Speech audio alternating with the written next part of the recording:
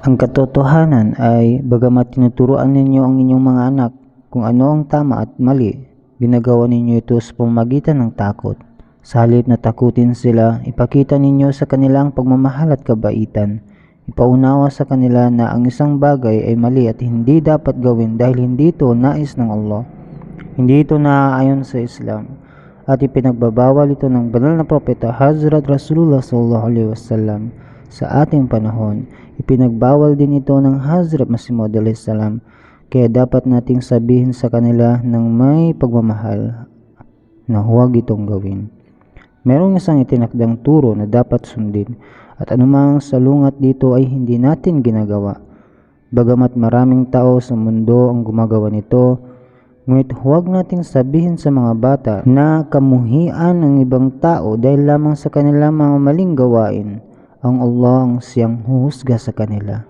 Gayunpaman, sa panahong ito, ang mga kasalanan ay malayang nagaganap sa pamamagitan ng iba't ibang paraan, lalo na sa pamamagitan ng paningin. Halimbawa, isang 15 years old na batang babae o lalaki ay madaling maimpluwensyahan, partikular na ang mga kabataang lalaki na lumalabas at mas nalalantad sa masamang impluensya. Kaya dapat silang turuan na umiwas sa mga kasamaan. Tungkulin din ito ng mga magulang, lalo na ng mga ama, na ipaalala at ipaliwanag ito sa kanilang mga anak.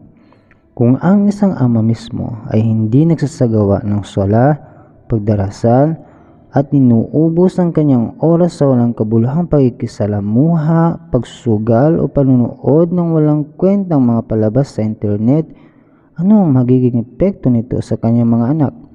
Dapat munang linisin at pagbutihin ang kapaligiran sa tahanan.